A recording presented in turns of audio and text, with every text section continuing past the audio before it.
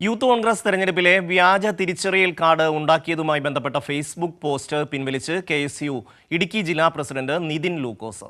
വ്യാജ കാർഡ് നിർമ്മാണം സ്ഥിരീകരിച്ച സെബിൻ എബ്രഹാമിന്റെ ഫേസ്ബുക്ക് പോസ്റ്റിനെ പിന്തുണച്ചിട്ട പോസ്റ്റാണ് പിൻവലിച്ചത്. കൈരളി ന്യൂസ് വാർത്ത പുറത്തുവിട്ടതോടെയാണ് നിതിൻ ലൂക്കോസ് ഫേസ്ബുക്ക് പോസ്റ്റ് പിൻവലിച്ചത്.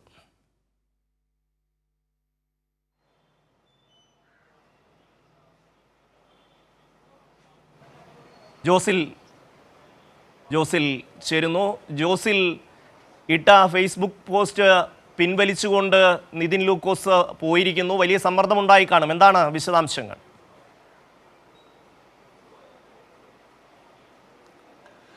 ഷമ്മി, കൈരളി ന്യൂസിൻ്റെ വാർത്തകൾ കൊള്ളണ്ടടത്ത് കൊണ്ടു തുടങ്ങി എന്നുള്ളതിൻ്റെ ഏറ്റവും വലിയ ഉദാഹരണമാണ് നിതിൻ ലൂക്കോസ് ഈ FB പോസ്റ്റ് പിൻവലിച്ചിലൂടെ നമുക്ക് മനസ്സിലാക്കാൻ സാധിക്കുന്നത്. ഈ യൂത്ത് കോൺഗ്രസ് തെരഞ്ഞെടുപ്പുമായി ബന്ധപ്പെട്ട് വ്യാജ തിരിച്ചറിയൽ കാർഡ് നിർമ്മിച്ചതുമായി ബന്ധപ്പെട്ടാണ് സെബിൻ എബ്രാഹിമിൻ്റെ നിലവിലുള്ള പോസ്റ്റ് ഉണ്ടായിരുന്നത്.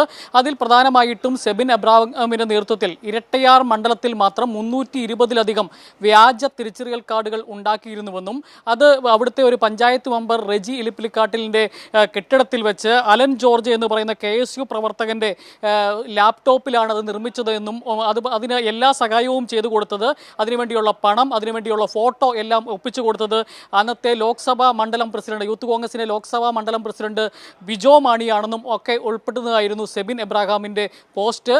അതിൽ അപ്പോൾ ആ തെരഞ്ഞെടുപ്പിൽ തോറ്റുപോയ തൻ്റെ ഗ്രൂപ്പുകാരനായ ടോണിക്ക് അഭിവാദ്യങ്ങൾ അർപ്പിച്ചുകൊണ്ടാണ് നിതിൻ ലൂക്കോസ് ഇത്തരത്തിൽ നിലവിലെ KSU ജില്ലാ പ്രസിഡന്റും ധീരജ് രാജേന്ദ്രൻ വധക്കേസിലെ നാലാം പ്രതിയുമായ നിതിൻ ലൂക്കോസ് ഇത്തരത്തിലൊരു പോസ്റ്റ് ഇട്ടത്. ആ പോസ്റ്റ് ടോണിക്ക് അഭിവാദ്യം അർപ്പിച്ചുകൊണ്ടാണ് ഈ പോസ്റ്റ് ഉണ്ടായിരുന്നത്. ആ പോസ്റ്റ് ഏതായാലും ഈ സെബിൻ എബ്രാഹത്തിൻ്റെ നിലവിലെ എല്ലാ പോസ്റ്റുകൾക്കും സ്ഥിരീകരണം നൽകുന്ന ഒരു പോസ്റ്റായി മാറിയതോടുകൂടി ഇത് കോൺഗ്രസ് നേതൃത്വം തന്നെ ഇടപെട്ടാവാം. ഇപ്പോൾ നിലവിൽ ഈ പോസ്റ്റ് കാണാനില്ല എന്നുള്ളതാണ് വസ്തുത. ഷമി, ജോസിലാണ് വിശദാംശങ്ങൾ നൽകിയത്.